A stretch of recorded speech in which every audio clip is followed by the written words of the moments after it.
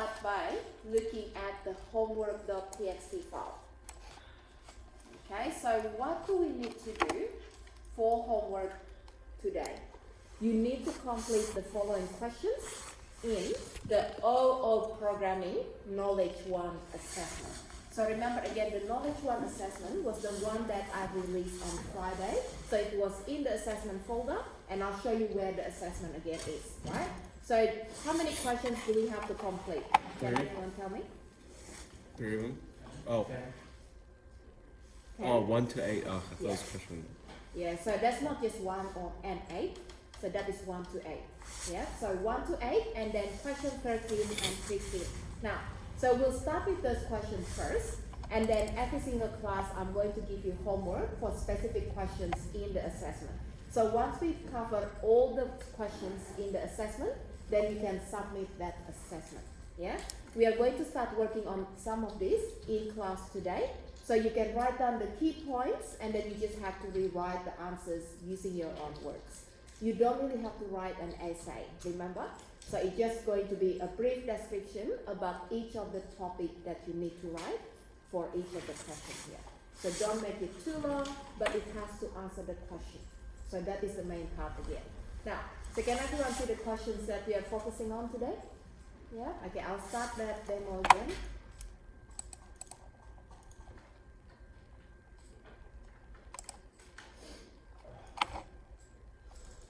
Okay. Elisa, can you see my demo yet? No. Not yet?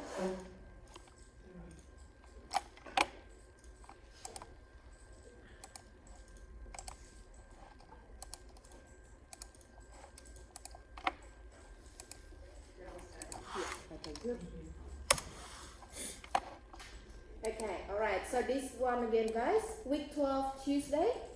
And if you go to the homework.txt, you should be able to see the questions that I want you to complete by the next class. So by Friday, I want you to try to complete all these questions here. Now, there are a couple of extra references that will help you to complete some of the questions in this task. So if you have a look at questions 7 and 8, this is about programming paradigms. So I'm going to talk a little bit about this in class today. And then question 15, we have the requirements documentation reference. So I'm going to go through this with you as well. Alright, so let's start by going through the questions in the assessment document. So if you go to the assessments folder, and then have a look at assessment 4, and this is the one that we are focusing on from now on.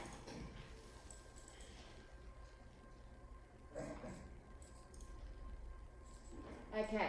Now, if you have started working on this assessment, can I get you to open the document that you've been working on? So just open your own copy, guys. And the next thing that I want you to do is to check.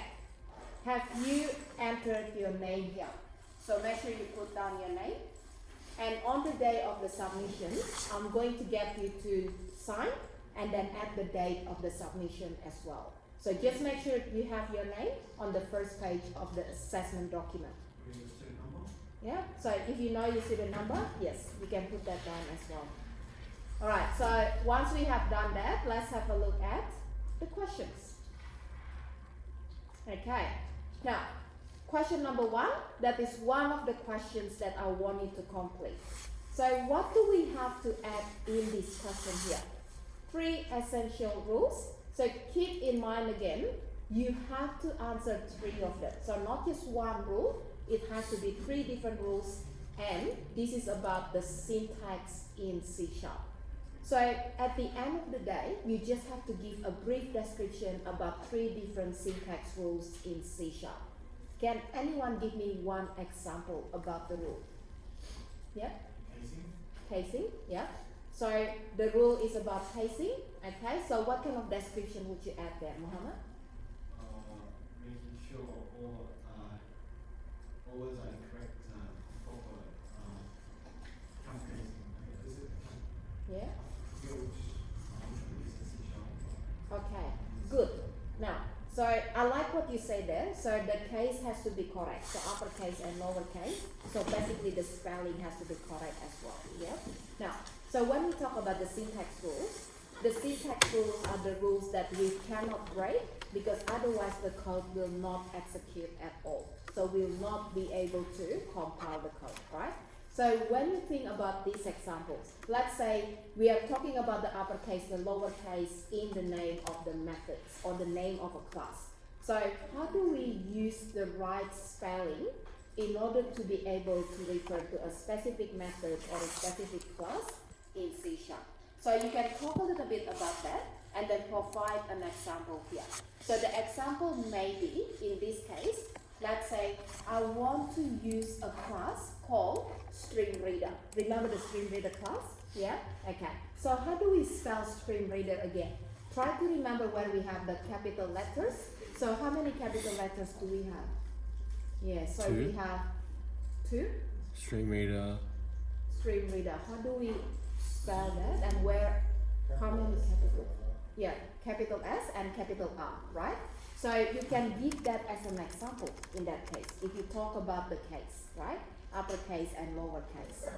Alright, so that is just one example.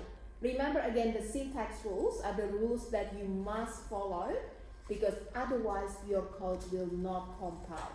So what kind of rules that you must follow? Alright, so that is again about question number 1. Is everyone okay with question 1? Yeah?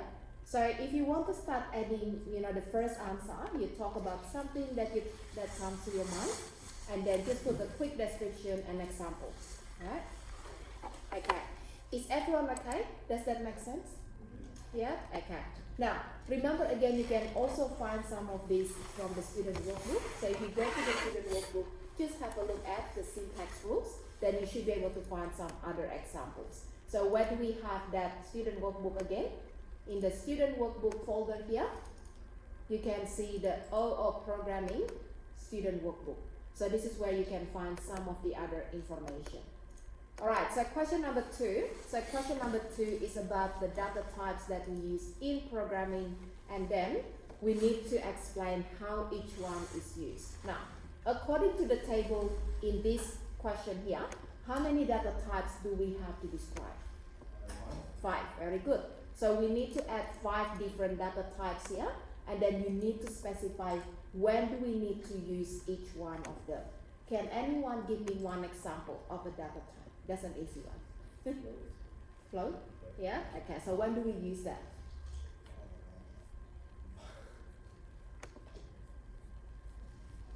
Yeah. Between the range. Good, so you can talk about the range, yeah, and what type of numbers that we can store as a float. So talk about the whole numbers or the non-whole numbers, right? So you can put that in the second column here. So just give a quick description about the range, if that is a numeric range, and then you talk about the type of the data, right? Is a dictionary a data type or a class? That is a data type as well. So a class is actually a type. Yeah. Oh, okay.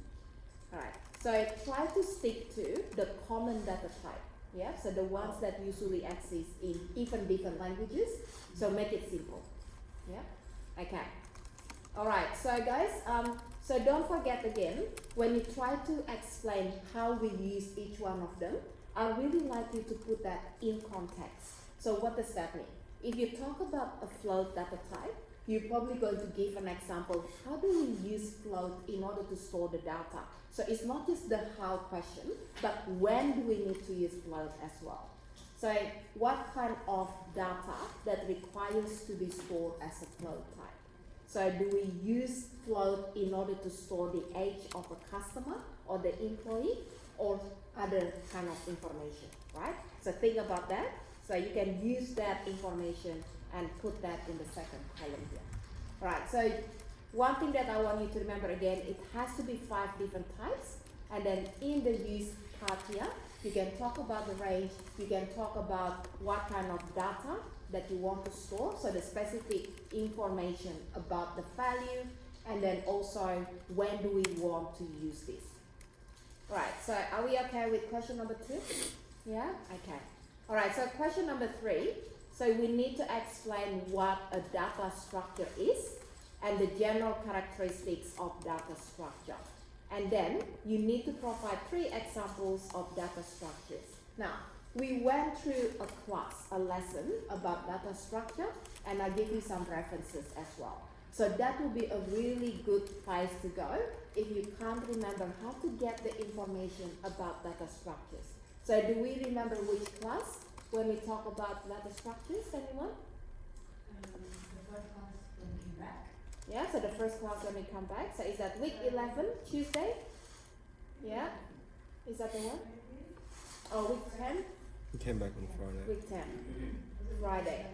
Yeah, so week 10, Friday, then you should be able to see the slides here about data structures, and then we also have the extra references here, right? So this is where you can get the information. Now, can I just make sure again that you guys answer the 3 parts in the question here? So the first question is actually the definition. What is a data structure? And then the second part in this question is the characteristics of data structure. So you need to describe data structures and what makes that as data structure. So you need to specify the characteristics of data structure. And then the last one here is the 3 examples of data structures. So that will be an easy one because we do have quite a few examples about data structures. Now, can anyone tell me what a data structure is?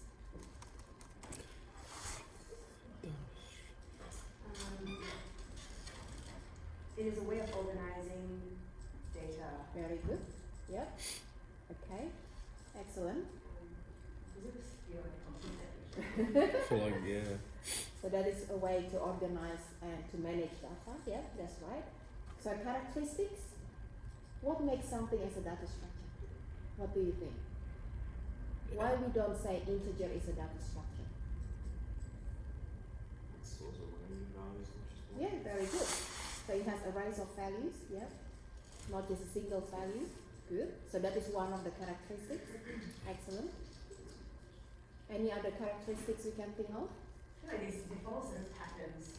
It follows a pattern, yeah. Good. Yeah. That you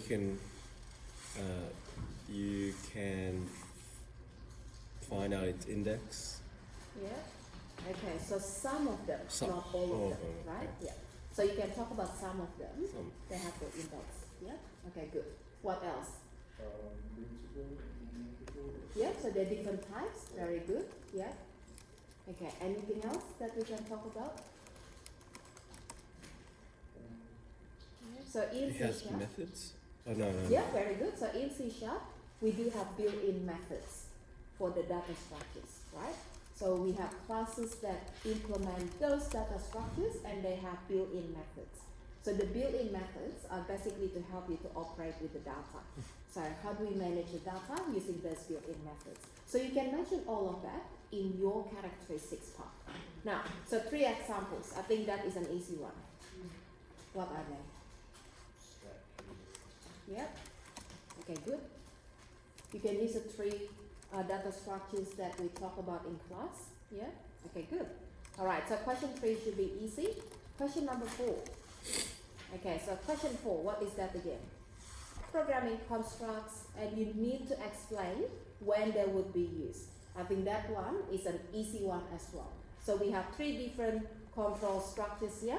We have sequential, selection, and iteration. And then just add a really brief description about each one of them in the second column. So what do we mean by sequence? And what do we mean by selection and iteration, right? And then when do we need to use each one of them? Now, probably the outline is the easy part. The use column is when do we need to use these control structures. So if I ask you, when do we need to use sequence control structure? What do you think? When do we need to do that? like always. Yeah. Regardless of what's going on, which serves. When do we need to use sequence? Yeah, yeah.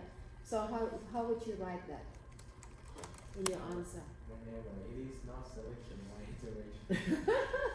iteration. No. You know, I've seen that kind of answers before that. So if it's not this, then the answer is, you know, the opposite of that. It's not wrong. So when do we use sequence control structure? You go line by line. Yeah, to execute in a specific order, line by line. Very good. And The all order? of the lines. As in the order has to be, does it have to be sequential or can it be skip? No, sequential. It has It has to every single statement must be executed, Yeah, right? In sequence control structure. but that sounds like iteration control. Is it? It sounds like a bit, I mean, if you just Iteration? listen to, yeah. If We'll you go just. back. We'll go Yeah. back. Oh, So you right. can also mention that executed only one time, right? Because iteration will repeat that multiple times. Yeah. Yeah? Okay, good. Alright, selection and iteration will be the easy one to describe, I think. So where do we use selection?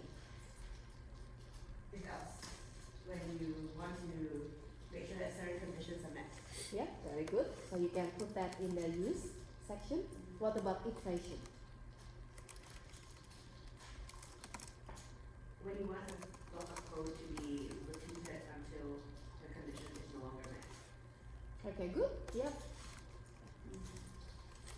Alright, so that will be some examples about what we need to add here.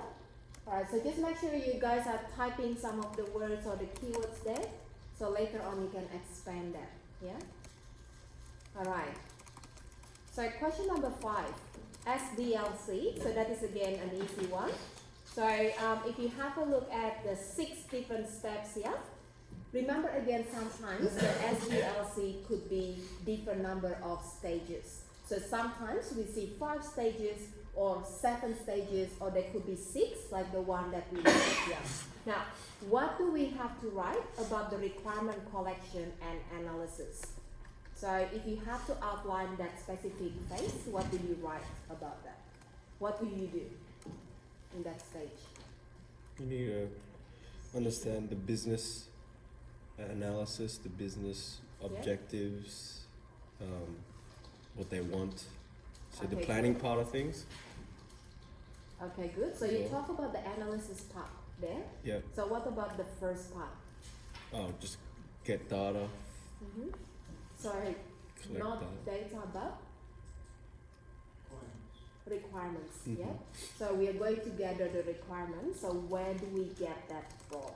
So are you getting that from the client? Are you getting that from the documentations that we share with you and so on, right? So we can talk about the requirement collection and then the analysis of the requirements. So don't forget there are 2 different parts that we need to discuss here in the first stage. Alright, so what about the design stage? What do we do in the design stage? Very good. So we're planning how we would implement the code, right? So what kind of tool that we use in order to design? We did that in the PRG 302 project. Pseudocode, very good. So pseudocode or flowchart. So you can use those tools in order to design. Alright, so remember again, the design here is basically about how would we plan our code, right? So the implementation has to be planned beforehand. Alright, so there are other tools that we're going to look at later on. So when we talk about object-oriented programming, the design of that is usually using UML diagrams. So if you're going to look at UML diagrams as well, so if you want, you can start typing in UML as part of your design tool for that specific stage. Stage 2. Yep, stage number 2. You. UML. So Unified Modeling Language. Oh,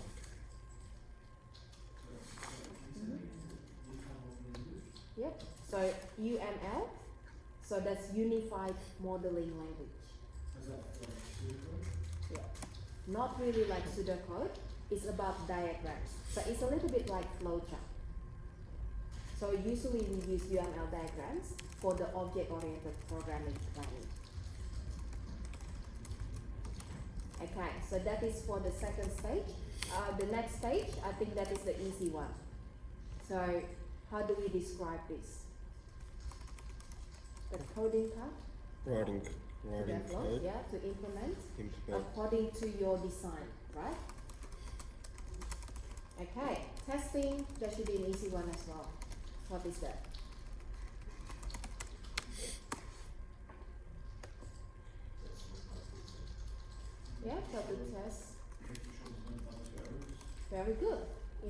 make sure there's no bugs or errors. Very good. So you can talk about the different type of errors that you usually want to check, right, to find. Okay, good. And then installation deployment, number 5. So what would you write about that? If it runs smoothly from start to finish, is that Mhm. the deployment? Like the end-to-end testing? Very good. Would Yeah. that fall on the? Yeah. Would that fall under this part? Yeah, so we don't really have to talk about the testing, right? Yeah. So what happens after that end-to-end test? So that is the part that we are Okay. talking about here, right? So if you want to talk about end-to-end, you can include that in In number the- 4. yeah. Okay? So you can describe about different type of tests that could be included in that case. Yep. Alright, so installation deployment, so that's once we completed the product and they went through quite a bit of testing, and then we are going to deploy that.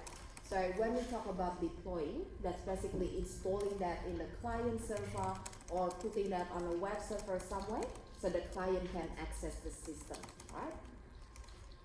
Okay, so that will be stage 5, and then stage 6. So what would we write about this maintenance here?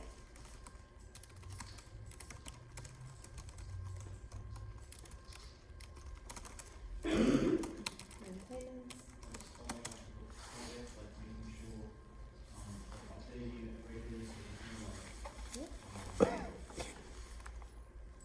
That's right, well done. Yeah, that's good. So it's about updating, right? Fixing bugs as well. So following up with the client and making sure that everything is working, basically, right? So that is the maintenance part. Alright, so have you got a few keywords there? Yeah.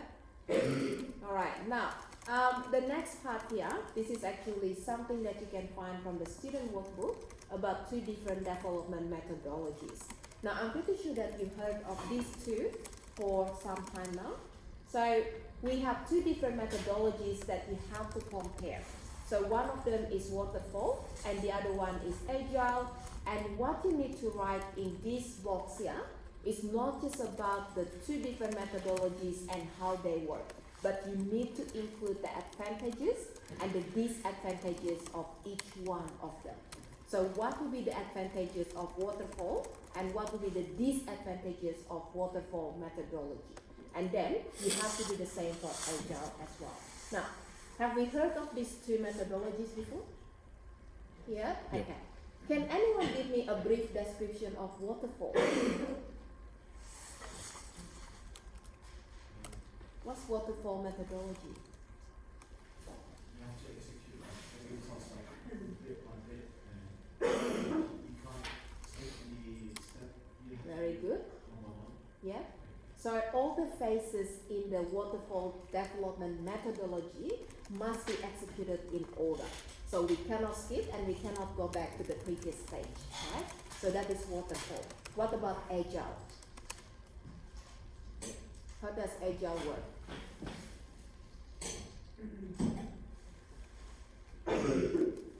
What do you think?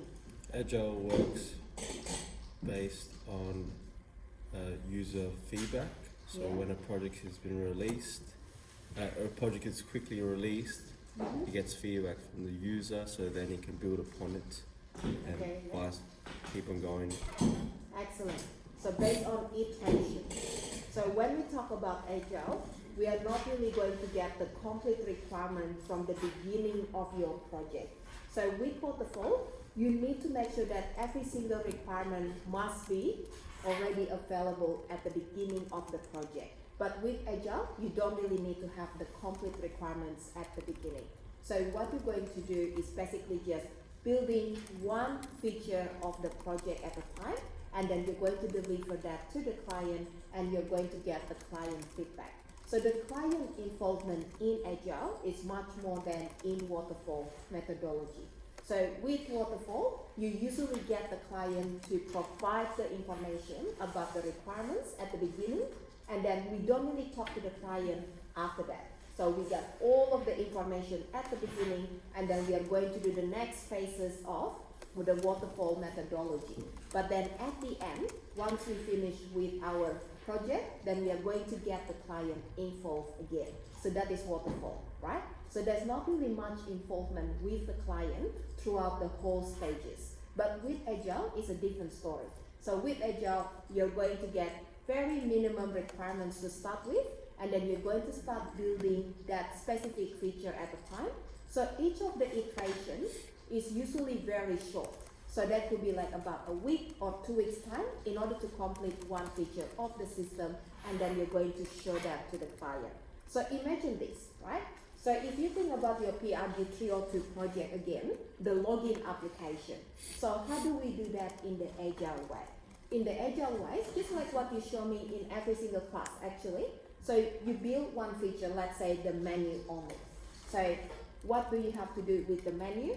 You're going to provide the list of the options, and then you are going to test whether each of the option is going to perform the right task, right? So it doesn't have to be completed yet. So that is your first iteration in Agile. Then you present that to the client. So in this example could be me, because I'm the one who's assessing your project, and then I'm going to give the feedback.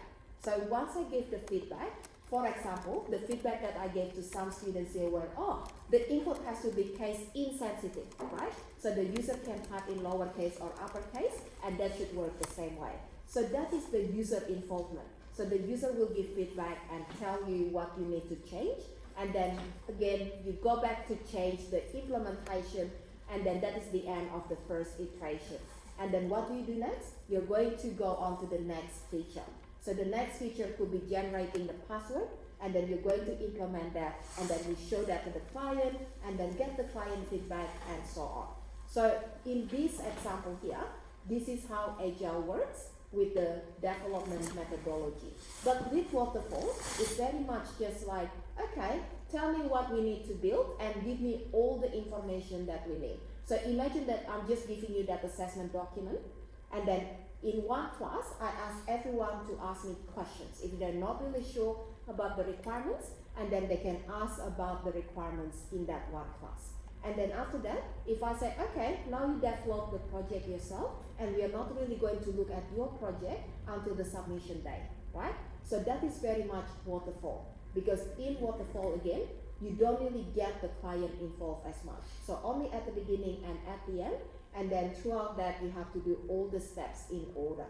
So again, these are the two different approaches. Like smaller companies use Agile, like, and big companies use like Waterfall. Okay, so when you say big and small company, so I would say rather than saying the company and the number of people, there will be more about the scope of the project. So whether it's a big project or a small project, right? So which one is easier to develop using waterfall? Small scale project or large scale project? What do you think? Waterfall. Small. Very good. Why? There's lower risk of new factors or change being introduced. Yeah, very good. So with small projects, usually the requirements are really clear from the beginning, and we usually can just develop the application in the order without having to go back and then modify that, right?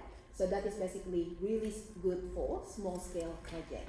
So Agile is more for the bigger project. So if you have a big project with many different features, and then the requirements are not really set at the beginning of the project, then you should go with the Agile methodology, right?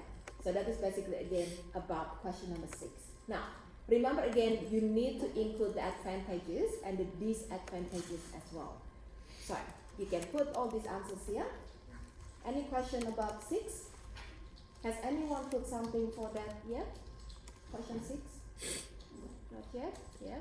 So when I explain about these two different methodologies, feel free to type in some of the words that I mentioned earlier. So you might want to say, oh, small projects, you know, this is more suitable, and then which one is more suitable for the bigger project, and so on. So you can put all of that down, right? So think about how defined the requirements are at the beginning of the project as well.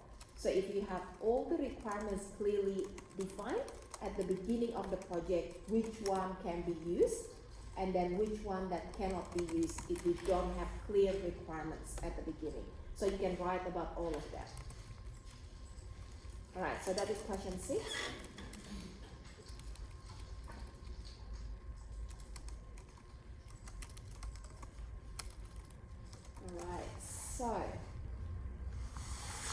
7. Okay, so question 7 and 8. So that is the one that I'm going to share with you in the text file. So let's have a look at that again. So back again to my week 12 and have a look at my first extra reference here about the programming paradigm.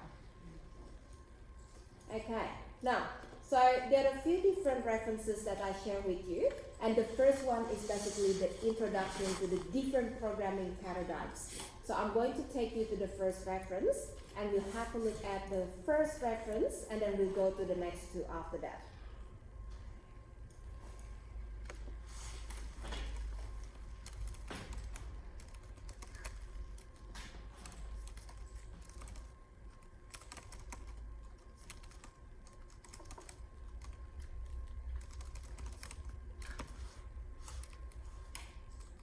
The internet is a bit slow today. Yeah. Is that right?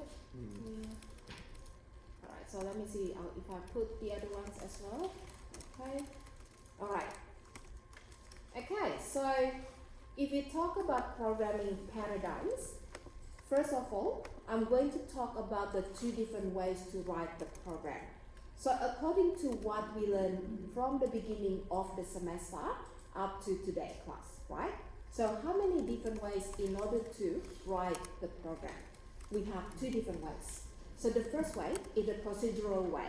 So everything is step by step and everything is going to be executed in order. So that is what we did at the beginning of our lessons. So when we started learning about C#, so everything that we write is going to be inside the program.cs file, and then that is in order from top to bottom. Yeah?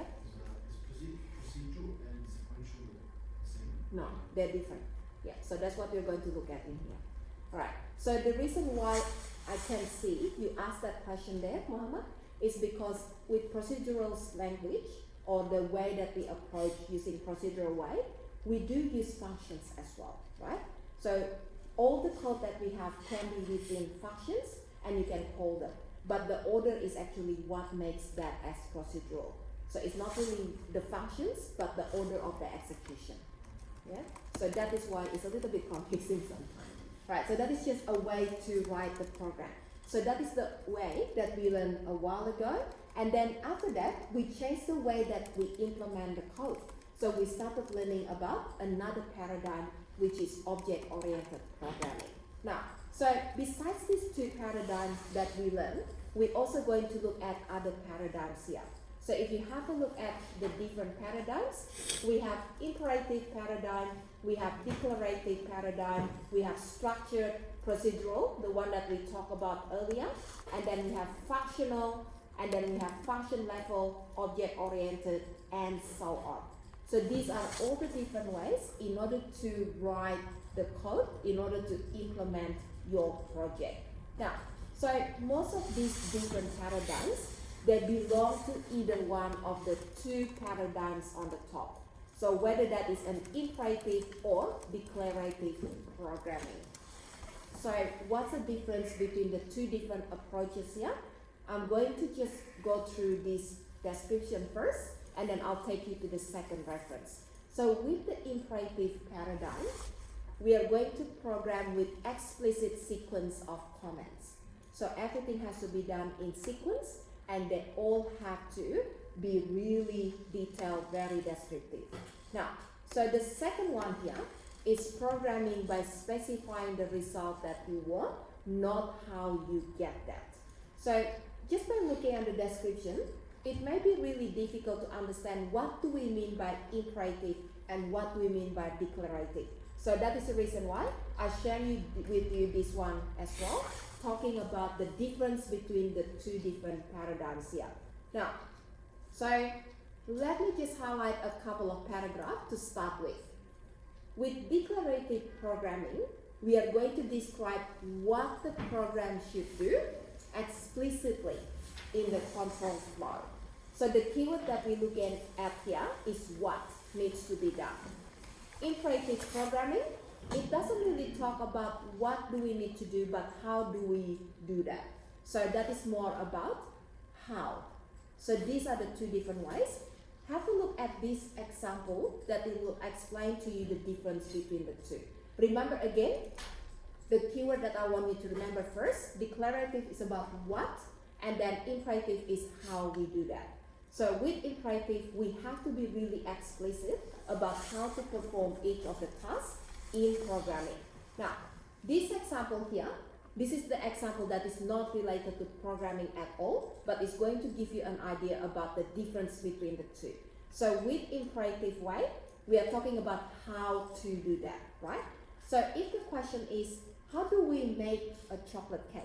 So imperative way is basically going to give you the instructions how to perform each of the tasks. So for example, it says, turn on the oven to preheat that to 180 degrees. And then the next part here, we need to add all these ingredients together, and then we need to stir the mixture with a paddle. So these are all imperative because they're saying, how do we do that in every single step? Now, if I go to the next example, so with the same question, making a chocolate cake, but we are going to do that in the declarative way. The declarative way is about what has to be done. So the first step in here is not going to tell you that you have to turn the knob or push the button on the oven in order to start the oven, but it's just going to tell you this is what we want to achieve. We need to preheat the oven to 180 degrees. It doesn't give you the how, the instruction how to perform that, but this is the result that we want to get. And then the same thing again for the second step here. In the declarative way, it only tells you that we need to mix the ingredient, but it doesn't say how do we do that. So it doesn't say that we need to put all of them in the same bowl, and then you have to use a paddle in order to mix that, and so on. So that is the difference between imperative and declarative way. Now, can you see the difference at this stage? Yeah? Okay. Now, how do we think about these two differences in programming? Let's go back again to your PRG 302 assessment, and then I'm going to ask you a question, right? So if you go back to the project again, remember the last question in your project is about debugging. So the code that is given to you here, this is the one that we are going to analyze. Okay, so have a look at this section here. In order to find the total of these marks, we are using the sum method, and this is going to add all the numbers inside the array together. Now, do you think the way that we get the total of the numbers is done using the declarative way or the imperative way? Which one? Is that declarative or imperative in order to get the total of the numbers? What do you think? Specifically with the function, with Yeah. the Declarative. Declarative? Yeah. Why? Because it's a built-in method called sum, Mm-hmm. and it doesn't show us how sum works. Very good. So it doesn't show the steps in order to perform the task, right? So it doesn't give you that explanation about how that works. So it only says, I want to get the sum of the numbers, and then you use a built-in method in order to do that. So this is an example of declarative way in order to get the sum of all the numbers. Now, if I change that into imperative way to get the sum of the numbers, what would you do in order to get the sum of the numbers in the imperative way? you have to add the sum of the numbers together. So you write Sum of mark equals mark 1 plus mark 2 plus mark 3 plus mark 4. yeah, so you can add the formula, Yeah, and add you the can use a loop as well. yeah. So using the loop, you're going to assign the total into a variable, and then you keep adding the value to the same total variable, and then this is going to show the steps, right? So that is the imperative way. Now, so this is just to show you again, there are two main paradigms. When you write the code in any language, you can do that in the declarative way or in the imperative way. So in many languages, there's always two different approaches. Okay, so that is just to give you one example about the difference between the two. Now, so that is again about the main two different paradigms. So usually when we talk about these kind of paradigms here, they can be either imperative or they could be declarative. So the next thing that I want to show you is to go back again to the list of all the different paradigms. So let's have a look at, for example here, procedural paradigm. So procedural paradigm is an imperative programming. So that means we are going to focus more on the steps. How do we perform each of the tasks rather than performing or just looking at the end result for each one.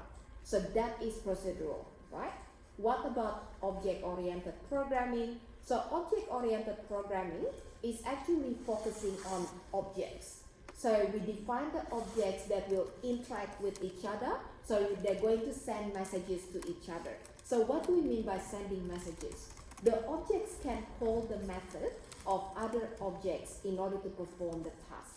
So that is usually how object-oriented programming works, by defining the objects and then we can call the method of each other. Now, so object-oriented programming could actually be both of them as well. So as you can see, we have the imperative and we have the declarative way of implementing object-oriented paradigm. Does that make sense? Yeah? Okay.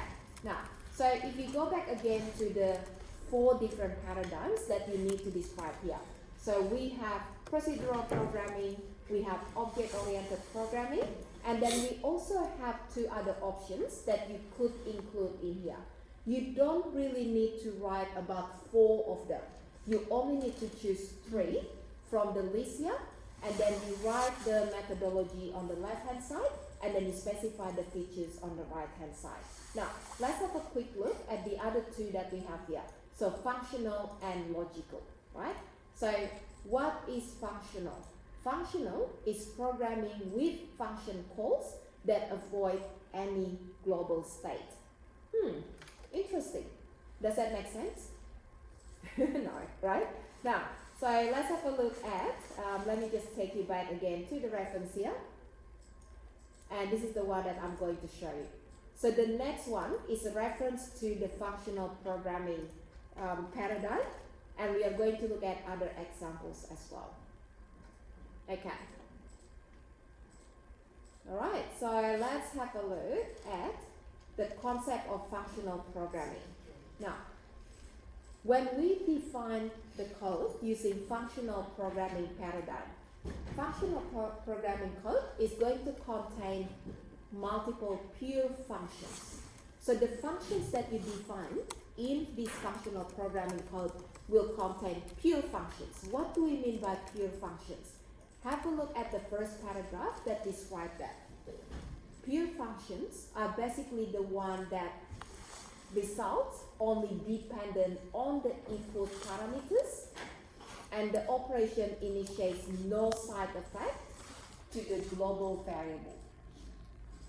Now, what does that mean? I'll show you 2 examples. So this is going to be just on Notepad. If I create, let's say, a method, right? So this method is to find the total of 2 numbers. So I have integer sum, for example here, and then I have a method that doesn't return any value, and I call this as find total. Okay. Then, what I want to do is to get the total of 2 numbers. So to make it simple, I'm going to make my 2 examples very similar. So the first one here is going to be just assigning the result to the variable, and that's it. Does this one make sense? Yeah? Okay. Alright, so my second example is basically this. Very similar. So find total in A, in B, and then after that we have return A plus B. Now, so between the 2 examples here, which one is a pure function and which one is not a pure function? So let me just go back. The second one, yeah? Okay, so have a look at this description again. So with functional paradigm, programming with function calls, so we're creating functions, basically, functions or methods in C# that avoid global state. So are we affecting any of the global variable? Yeah. So, yes? So again, the pure function is the second method that I created here. Why? Because the operation of this pure function does not affect any of the variable outside this function, right? So this is what we call pure function. Now, this one here, this is not a pure function. So if you are building your code using functional programming and you want to follow their methodology, then you cannot define your functions or methods using this way. We cannot do that because this is not pure function, right? Now, so that is a difference between pure function and not pure function. So just keep in mind again, if you want to use functional programming, you're basically creating multiple functions and then you'll be calling multiple functions, and these functions, they all have to be pure functions. Right, so that is going to be another one that you can write as well. So functional programming, and then the features, so you can talk about pure functions. Alright, everyone okay so far? Yeah? Okay. Now, the last reference that I have here, so this is about logical programming. So logical programming is actually not as common as the other ones that we saw earlier. But I'm going to show you the reference first. So let's go back again to the reference and have a look at logical programming. Now, in the first reference, with all the different paradigms, you can also find the information about logic programming. So have a look at the description first. So logic or rule-based programming. So how do we implement your code using logical programming? So we need to program by specifying a set of facts and rules. So that is basically the characteristic of logical programming. Now, the example that we have here, in my last reference, we'll talk about how to do the logic programming methodology using some code example. So everything is about relations. So in logic programming, there's always relation between the values that you are working with, right? So this is an example here. Mortal, and the relationship is man. So these are the two different types that have relationship with each other. Then, if you have a look at all the explanation here, we basically can find the relationship and the type of each one of the value based on the relation with another type. So according to what we have here, right? So we have A, B, so that is a syntax in the code, and that is going to be read as if B then A. So what does that mean? There is a relationship between these two that we specified here. So if this is a man, then man is a mortal. So that is again based on relation. Now, this is not really common, I would say, but that is just another way to implement your code. So everything based on relation, and then you can look at some example here as well. So how do we write the relation between the different nodes or the arrows there, and then you can see some other example.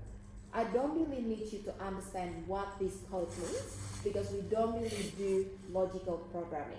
We're focusing on object-oriented programming, and this is just to give you an idea. Now, if you want to use logic programming for your question there, then you can talk about the rule-based programming methodology and then what makes this as logical programming. So you can talk about the use of facts and rules and relations in the data, right? So that is what we can write about. Now, so again guys, so basically again, we are talking about question 7, and you need to write about 3 different methodologies. You can select 3 out of the 4 here, and then write the features on the right hand side. So the number of words that you have to use is basically the total number of words. So if you think about the total 150, for example, so each of the methodology should only be up to 50 words at the maximum. So between 30 something to 50 words, right? So you don't really have to write an essay about each one. So just give the main features of each of these methodology, and that's it. That's all that you need to write. Okay, has anyone started writing the answer yet for this one? No? Okay, all right. So for the next one, guys, this is again about methodology, right? So we have object-oriented design methodology, and then we also have procedural design methodology. What do you need to write in this question 8? You need to compare the two different methodologies, but you only need to write about the advantages and the disadvantages of object-oriented design compared to procedural design. So you can say the advantages of object-oriented design are, and then the next one, the disadvantages are, and da da da. So write this. Now, I know that we haven't really done a lot of theory, and you can always find some of this in the student workbook, but just on the top of your head, can anyone tell me the advantages of object-oriented design? What do you think? We always talk about object-oriented and how it's better. So what would be the advantages here?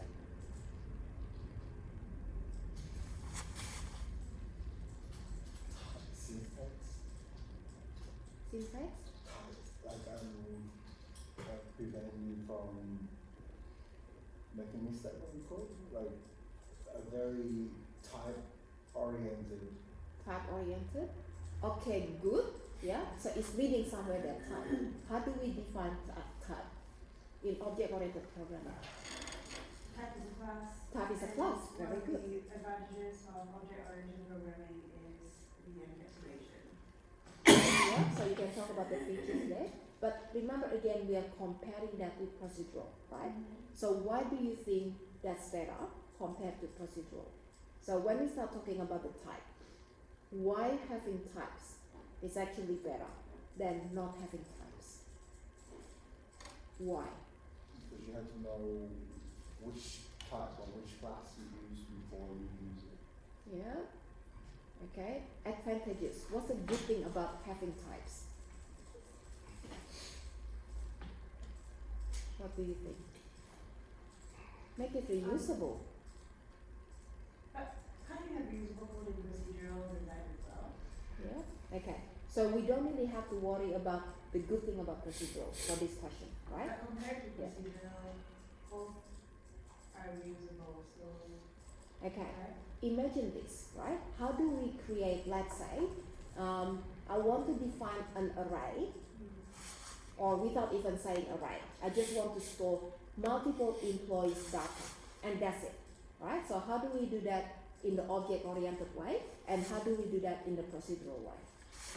So object-oriented way, we start with defining a class. So you might create a class called employee, and then you have a few different fields or properties in order to store the data, right? So employee has the ID, employee has the name, employee has the contact number, and so on. So that is how we start. Now, if I want to be able to store multiple employees in the object-oriented way, once I have created the class, I can simply just instantiate each one of them. And that is how we create multiple objects and store that in object-oriented way. Now, how do we do that in procedural way? We don't define any class, right? So how do we store the data? You might have parallel arrays. So the first array will store all the IDs. The second array will store all the names. And the last array is going to store only the contact numbers. So then with the parallel arrays, we will need to make sure again that every time you are managing the data, you are always working with the data in the same position for every single array that you have, right? Now, just imagine that two scenario there. What's the good thing about having a class in that case rather than not having a class in order to store the employee details?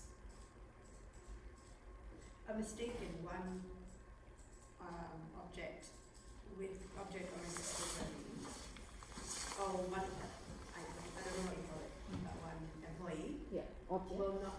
will not affect other employees, other objects in the class, whereas a mistake made in, say, entering the data with one, not object, one item in an array might impact the rest of the data for other elements in the array. That's good. So that is the advantage in this scenario. Yeah. Yeah. Okay, so it's easier to manage, and also it does a type checking for you, right? So if you think about how many kind of details do you need to have for the employee, and we have consistency in terms of the structure as well. So with the class, you define how many kind of information that you can store.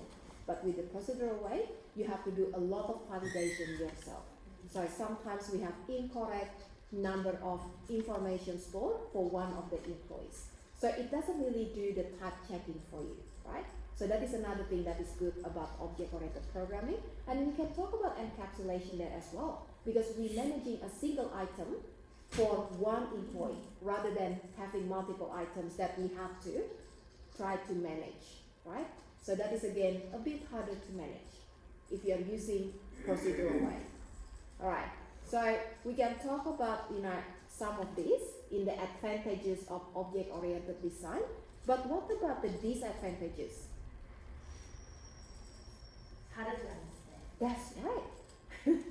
So it's harder to understand, right? Well, in a way, I would say the syntax is a little bit harder, because in order to be able to work with an employee, for example, in the procedural way, you only need to say, okay, so store this in variables and that's it, right?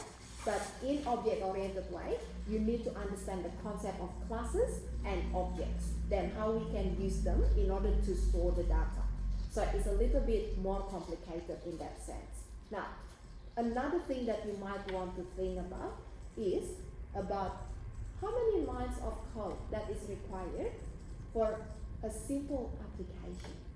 So if I just want to store one employee's details in the procedural way, what do? One employee's details, you might declare, let's say, variables, and then store the data to the variables, and that's it, right? In the object-oriented way, in order to store one employee's details, you need to start by adding a class, and then you define the information of the class, and then you create the instance of the object, then you can store the data to that object. So in a way, for a simple application, object-oriented programming approach will give you more lines of code, and that will make your application a little bit bigger, because you might have to end up with multiple files rather than a single file in your solution as well. So that will be the disadvantage, right? Makes it more extensible though. Yes, so that is the advantage, Yeah. right? So you can talk about the advantage in that case. All right, good. Okay, so we just have to write about the disadvantages and the advantages of object-oriented design. All right, so that is question 1 to 8. Now, so going back again to my homework task here. So it says you need to complete question 1 to 8, and then after that you can do the next 2 questions. Now, if you want to try to do the other questions that I do not list in this homework, feel free to do that. But try to focus on these ones first, because these are the ones that we're focusing in every single class, and then we discuss this in class as well. Yeah? Alright, so question 13, guys. So what's that about? Object-oriented concepts. Now, this is going to be the interesting one. What is a class?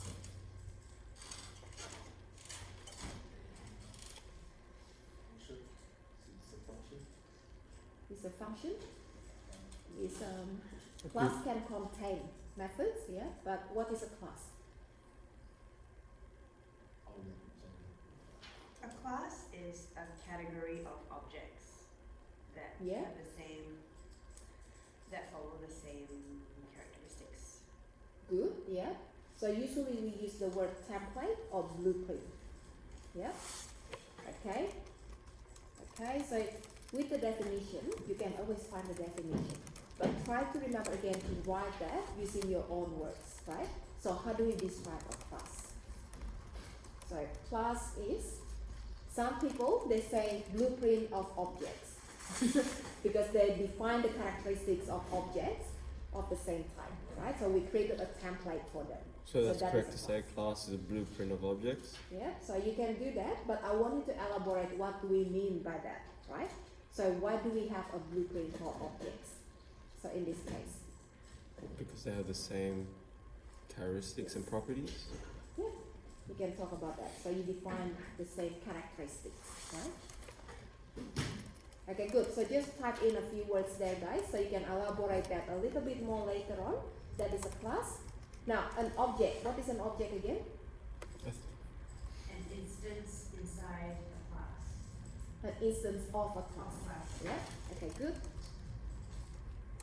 So if we don't work with objects, if we don't create any object of a class, can we actually do anything in your application?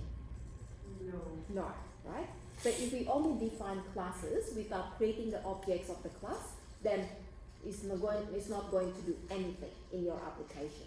So objects are the ones that actually going to do all the work for you. So we need to make sure the objects will interact with each other. So you can call the method of an object, you can pass another object to the argument of one of the methods, and so on. So that is going to be the solution to your class. Now, constructor, I think this is an easy one. What is a constructor? It's a method that allows you to create an instance of a class. Very good. That's it. That's a very good definition. It's a method to create the instance of the class. Yes. Okay.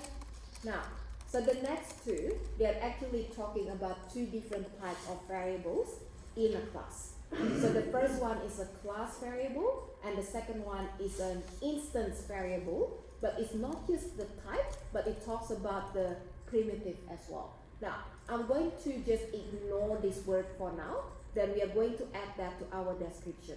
So what's the difference between class variables and instance variables? Do we remember that? No. No. Okay, so watch this. I'm going to create one project. Oops, wrong one. Alright, so Visual Studio, and just watch. I'll give you a copy of this one, guys. Oh, of course, that one doesn't work. Let's just do this one. Okay, so I'm going to create a class, public class, and make it a bit bigger as well. And then we have employee. Alright, is everyone okay so far? Yeah? Okay. Now, so the next thing that I'm going to do here is to define the fields of the class. To make it simple, I'm going to only define one field called employee ID. Can anyone tell me the syntax? Yeah, how do we declare Public in- a field? Public in Public? ID. Yeah, okay, so is that public or a different access modifier? What should we use in order to define the access of the field in the class? Private, Private. Why?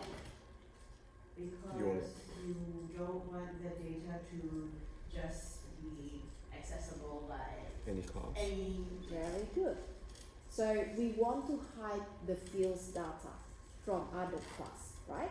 And that is the reason why the good practice again is to define your fields as private fields. Now, so the rest of the part here is basically variable declaration.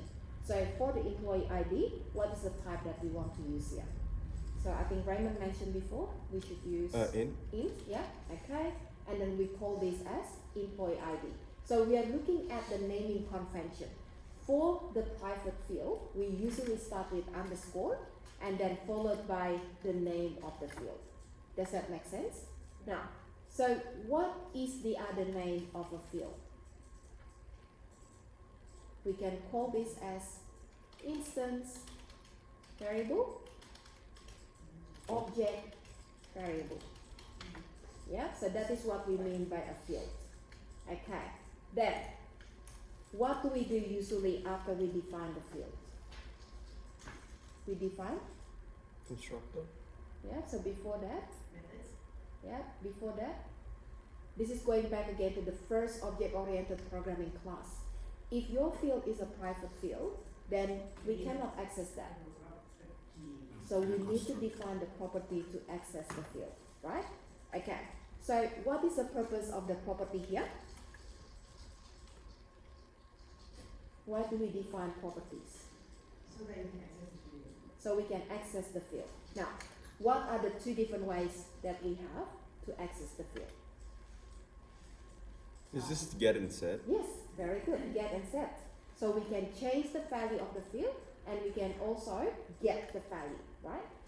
Okay, so do we always have to have both of them in the property? Do we always have to have get and set, both of them? No, right? So sometimes you want to create a property that only gets the data, but it doesn't allow you to change that. So that is only a get only property. If you only want to create a property to change the data, then that is a set only property. If you want to get and change as well, then you use the get and set. Now, can anyone tell me the syntax to define the property?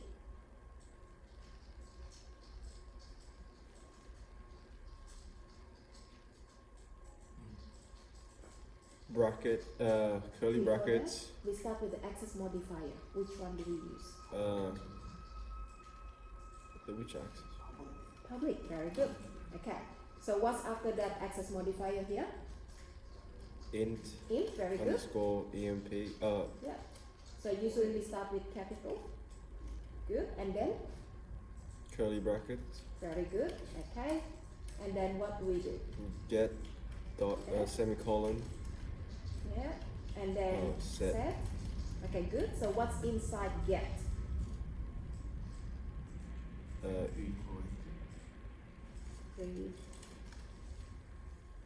Return. return. Get is to return the data, right? So what are we returning again? Underscore MID. Okay, good. And then what do we do in the set? We don't need it. Value. Underscore MID equals to value. Very good. So we are assigning the value to the MID field, right? Okay. So that is the property. So the purpose of the property again is to get the value of the field or to set the value of the field, right? Okay, so that is what we call as a property. Now, And the word value here is a built-in. yes. Okay. Okay. Any questions so far? No? So, Yeah. in order, I have to get my head around this, the Mhm. prop. So, in order for you to change the employee IDs throughout this code, you have to have this get and set. Yeah. So if you Also want to stays the change same from outside the class. outside the class, or else, okay. Okay, so we can say this is to provide getter and setter methods to get and change the field value. Okay, now let's create a constructor. So my constructor here is going to take one argument, which is the ID, and then we are going to set the value to the field. So how do we define a constructor again? Public. The name of the class. Very good. And then int ID. Okay, good.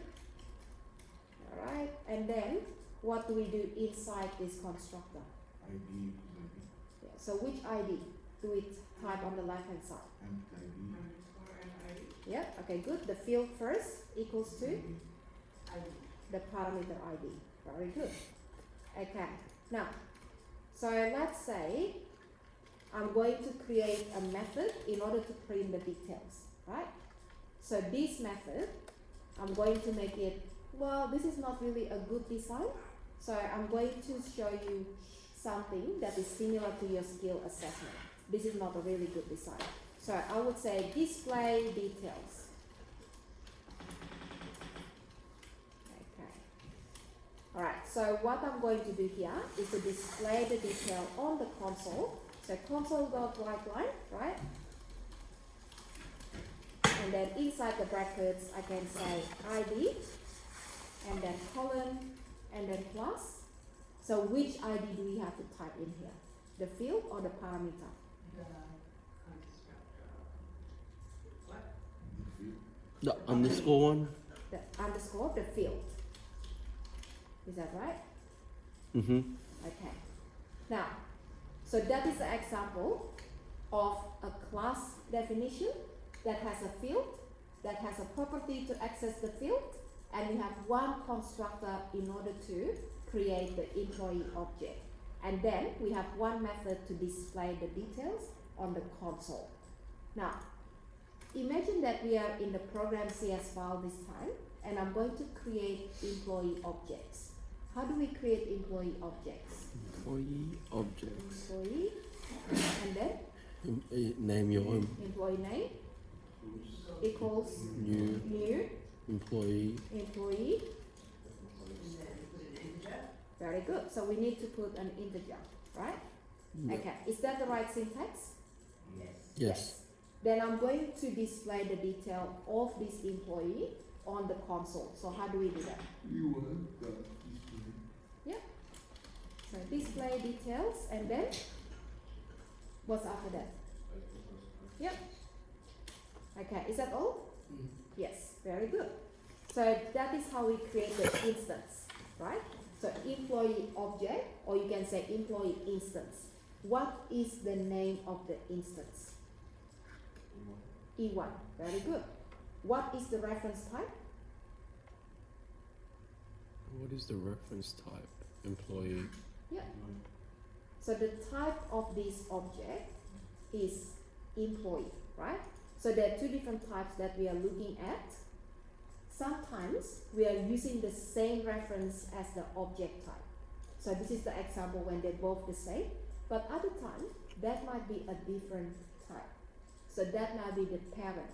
So for example, it could be a class called person. Mm-hmm. So this is the reference type. The reference type is person, but the object type is employee. Okay. Right? Okay, so we make it simple for now because we don't have inheritance, so we just create the object. Now, so going back again to the question, right?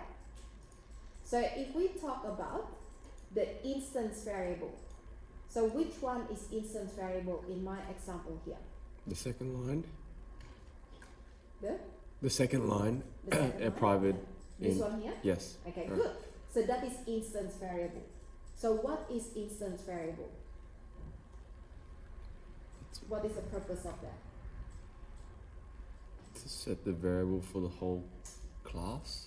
Yeah, so to define the data of the object of this class. To Right? find So the you data define of the instance object. variables to store the data. Now, so if you look at again your employee class definition here, we define there's only one kind of data that we want to store, which is the employee ID, right? So that is the purpose of instance variable. And the next question is, when you use this employee object, so in order to create the object, we have to call the constructor. So every single object of employee type, do they have the same instance variable value or different value? Sorry, yeah. Yeah, so if you think about multiple employee objects, do they all have the same employee ID value? No. No. So instance variable will always have a copy in each of the object. So for example, E1 object has the value 1 for the instance variable, right? And then if you create another employee object, the value of that instance variable could be different. So every object has their own copy of your instance variable. Does that make sense? We are not sharing the data in that case. Yeah? Okay, so I'll just put that one here. So that is something to remember again. So if I have E2, and then the value here is number 2, right? So E2, so what is the employee ID of E1? 1, 1. What is the employee ID of E2? 2. So they have their own copy, right? So when you set the value to the field, the instance variable, that is not going to change the value of another object's instance variable because they have their own copy. So that is something that you can write about the instance variable. Now, the other thing that you also have to mention is the primitive type. So it's not just any type. The instance variable that we are talking about here is about the primitive type. What are the primitive types in C#? Mm-hmm. Isn't that what it was? So I'll give you another word for that. Simple type. Value types. Well done. So primitive types, that's value types, that's the type that we mentioned last time, value types, right? Integer, what else? String? No. No. String is reference type, yeah? So integer, boolean, char, double, right? So these are all primitive types. Now, what you need to write in this question here, this is really important, guys. You need to describe what instance variables are. So every single object has their own copy of the data, and you use them in order to store the data of the object, right? But you also need to define what is primitive type. So how many values can we store if you are using primitive type in order to define the variable? Is that a single value or multiple values? And what are we storing there? Okay, so try to describe the primitive and the instance variable. So there are two things that you have to describe there. So what we described on the public class, the second line, is were we describing the instance variable? Yes, this one here. And now you want us to put primitive and this together. So you want us. Yes. So just imagine that the question asks you to describe what is instance variable, which Yes. is employee ID, right? And then it asks you to also talk about the primitive type, which is this one here. Okay. So how do you describe these together? Okay. Yes. Okay. Okay, so class variable. Can you see any class variable in here? Do you remember how to define a class variable? What is that? Global. It's like Is that a, static variable? Static, very good. Okay, so I'm going to add here static variable, or the other name of that is class variable. Okay, so how do we define that? We can use any access modifier. So if you don't want to make that accessible, we can make that private. Otherwise, we can make that public or any other access modifier as well, right? So for example, this is going to be a string that represents my company name. Does that make sense? So what is static variable? Do you remember the Variable definition? that applies to every single object of the class. Yeah. So the value of static variable is shared by all the objects of the class. Now, if we go back to this example again, let's say every time we create a new employee, this is not really the best way of doing that, but let's say I'm going to make that into this value. Okay, now, so this is going to assign the value to the static variable, right? So if I want to know what is the company name for the two objects here, so what will be the value of the company name in that case for the two objects? ABC company. Yeah, ABC company, yeah? So that is going to be the same for both of them.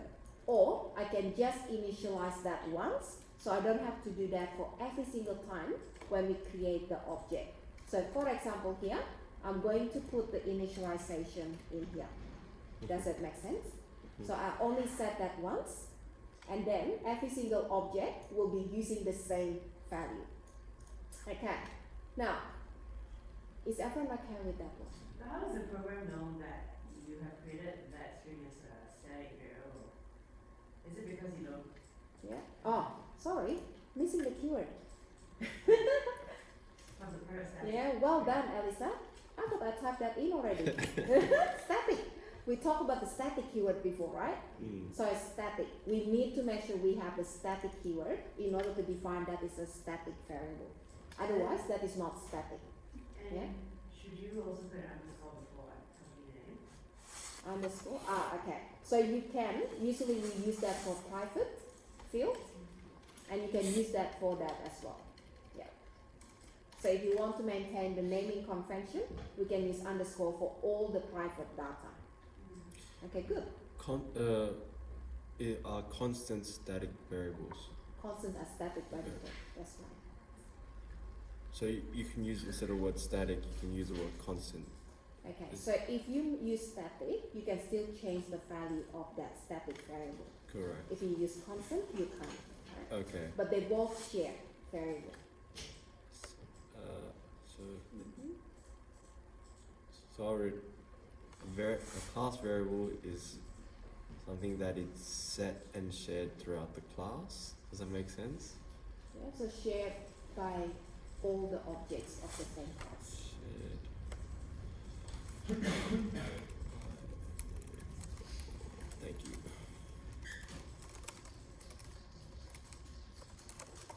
Okay, are we okay with this? Yeah. Do we remember static now? Yeah. Okay, good. That was good. Yeah. I enjoyed that one. All right. So, any question so far? No. So if we go back to this again, so we talk about the class variables here, which is static variables, and then we also talk about instance variables, and you have to include primitive definition. So what do we mean by primitive type, right? So add that as well. All right. So that's basically question 13, and then have a look. After that, we have question 15. So that is the last one that I want you to focus on this week, right? So question 15, what we have in here. So we need to outline the following guidelines, procedures, documentation that will be required in programming project. Now, we probably haven't really seen some of this in our previous assessments, right? So when we talk about user requirements, what do we mean by user requirements? Can anyone give me an example of user requirements? The class needs to be 10 characters long. Yeah, okay, good. So where do we get these user requirements from? Are they stated somewhere? Are they documented somewhere? Yeah, where? User policy. Yeah, When you first do the analysis. okay, yeah. So can we get this information from the client? Yes, right? So usually when we talk about user requirements, we are talking about the business rules. So what are the business rules for this application? So the user requirement could state about the length of the password.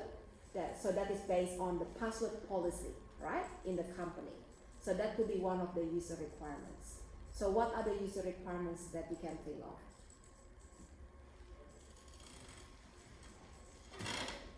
So think about your project again, PRG 302. What other user requirements can you think of? A new user who wants to enroll can either choose their own password or have an auto-generated password. Very good. So that was the user requirement about creating a new user, right? So we have options in order to store the password. Okay, good. So that is a user requirement. Now, so what you need to do in the second column is just to talk about what they are, right? So what are user requirements? So you can talk about the business rules, and you can talk about according to the organizational policy as well, right? And then the purpose of the requirements. So what you can say, what is the purpose of user requirements again? So why do we have user requirements in programming projects? It gives you direction of how to design your software product and the purpose of your product. Yeah, so what are we talking about here? Which part of the project that will be translated from the user requirements? The noun. Which part of the project? The function of the product. The functions, very good. So the Oh. functionality of your project, right? So that's the user requirements will actually translate to the functionality of your project. Right, so that is the purpose. Okay, so technical specification.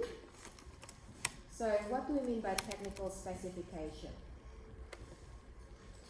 Are we talking about the functionality of the project here? No. No. No. What are we talking about? How the functionality is made. How's Good, yeah. I can't word this. So what, give me an example maybe to make it easier. It needs to be coded in Java. Yes, the language requirement. Yeah. Good. What else? How many? For the parser things. Sorry? For the parcel things, how many characters it needs to That's have? that's not technical. Oh, okay, That's that's the not. user requirement, yeah. It could be to do the performance. Okay, good, yeah. It could take input from a console or from a user interface. Okay, good. So we can talk about user interface in here because that is technical requirement. And we can talk about which language that we use in order to develop, that is a language requirement. And we can talk about the platforms that we should be able to run this application, whether that's going to be multiple platforms or only on Windows, right? So there's so many different technical specifications here. Now, so what do we mean by technical specification? Okay, so if you have a look in the reference, I do have another reference here. So going back again to week 12, Tuesday, and then we have requirements documentation. Okay, now, so if you have a look at the second reference, so this is from question 15 text file. Alright, so let's have a look. Bless you. Bless you all. Alright, so the first heading is to describe functional specification, and then the second one is about technical specification. So if you have a look at the first paragraph, right? So what do we mean by technical specification? So look at the first sentence. Technical specification will detail how the product will be built. So what does that include? We can talk about the technology that we are using, the software that we use, and also the capabilities. So these are all the parts that can be included in your technical specification. So you can also think about how we want to store the data. So whether we are going to store that in a database or a different type of data storage. So that is again another technical specification content. Now, so that is basically all the information about technical specification. I'm not really going to tell you this is the answer, but you can use this as a base in order to write what is technical specification, right? Okay, so what is the purpose? If you can give me something brief, what is the purpose of technical specification?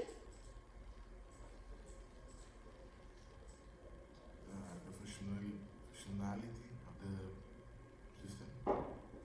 Is that the functionality? Yeah. Not quite. Yeah. So if you think about language, C#, and then run on Windows, and then it can support 5 users connecting using the application at the same time. It determines how the functions should be built. Should be built. Yeah, okay. Determines the interaction. specifics How the program should of be how the program not how it should run. Yeah. should be Okay. built, to run, design, Yep. to determine how Yeah. specific, how determine the specific way the program should be built, run, or design. Excellent. That's good. Yeah. So that could be your answer there, Raymond. Yeah. Alright, excellent. Alright, so that is for the technical specification. Now, we can see the difference between the two now. Is that right? Yeah? Okay. So when we talk about the password length, that is user requirement. Yeah. And then when we talk about using C# to build the application, that is technical specification. Alright, so coding standard or guidelines. So what do we mean by coding standards? Guidelines. That's good, yeah. So if you have to describe that, what is that? What do we mean by guidelines, coding guidelines? What are rules that the organization follows? Very good. So the rules that the organization follows in order to build the application, in order to write the code, right? Okay, good. Okay, so what is the purpose of that? Why do we have coding guidelines? To make the code more understandable by different people on the team. Okay, good, yeah. To make it easy to understand. Anything else? Understand and debug. Mm-hmm. To create an organizational system for the code. So you're talking about making that uniform, consistent? Consistent. Yes, Yeah. very good. So you can talk about that in the purpose section. Good. All right. So I think that's pretty easy. So we talk about naming conventions as an example, right? So that is one of the coding guidelines. All right, so last one, documentation standard or guidelines. So what is that? User manual. Yeah, good. So an example is how to write user manuals according to the organizational policy, right? So what is that? You can use the same kind of description as in the previous one. So when we talk about coding guidelines, we say there's a rule that we have to follow in order to write the code, right? So documentation guideline will be the rules that we follow, or the set of rules that we follow in order to write documentation. Okay, so what is the purpose of that? Why do we follow the rules to write documentation? So it's easy to read. Provide all the information user wants. Yeah? Okay, good. Yeah. So it's basically very similar to the previous one. So why do we follow guidelines, right? So to make it uniform, to make it consistent, make it easy to read. So we build the same way of, writing the code or writing the documentation. All right, good. Okay. So those are the questions that I want you to focus on. So what do you think? Yeah? Easy? Mm-hmm. Yeah. Okay, so I hope that you got a few words put down somewhere. Yeah? Okay, good. Alright, so your class, Friday, when you come into the class, first thing that I want you to do is to open the Word document, and these questions that I stated in the homework, they must be completed. Yeah? Okay, good. I like that, Alisa. Yes. Yes. When is this assignment due, by the way? Yeah. So I'm going to make it Friday. This Friday? Well, so we are thinking, because this is what Nick was saying to me yesterday, we can get the student to start working on the practical assessment at the same time. Mm-hmm. So I'm going to give you the project assessment starting from today as well, so you can start looking at the requirements. But don't worry about building the solution in that yet. I want you to just understand the requirements so we can see what needs to be done in the project assessment. So again, every single class I'm going to give you homework that is related to maybe one or more assessments tasks. So today is only about knowledge in your homework. But Friday, I'm going to get you to do homework in knowledge and also project assessment. So we are going to start working on multiple assessments at the same time. Now, remember again, you don't have to build everything and then submit that thing. You need to work on multiple assessments. So build parts of each assessment at the same time. And then once you're ready, once you finish with one assessment, and then you're ready to submit that, then you can submit that to me. So according to the homework that I'm going to give to you every single class, then you'll see how many questions that you should already finish in that assessment, right? So then my plan is actually by next Friday, we cover everything in knowledge 1. So rather than just going through the concept, that is really boring, right? So I'm going to talk about, let's say, look at this question number 16 here. Question number 16 is about reusable component. So rather than just talking about what do we mean by reusable component and how do we find the licensing agreement and so on, I'm going to build C# application that uses reusable component. So while we're learning about the practical part, then we're also going to learn about the theory part. So you know how we can get all this information about reusable component.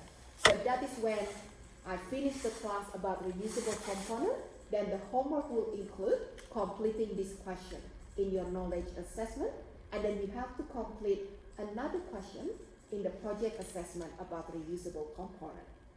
Yeah, so it's going to be quite interesting the way we manage the assessment from now on. So again, hopefully by next Friday, you guys can finish knowledge 1. And then we're focusing on project and then the last knowledge after that. We still have plenty of time. Okay? Do we only have 2 more assessments left for this? So we have this knowledge and then the next knowledge and then the project. Alright, so the main thing again, just work on the homework. Homework is your assessment, right? No, I miss coding. I miss Okay, so we always have to mix the coding with the theory and then sometimes again back from theory to the coding part, otherwise it's just too boring. Otherwise I just keep talking, right?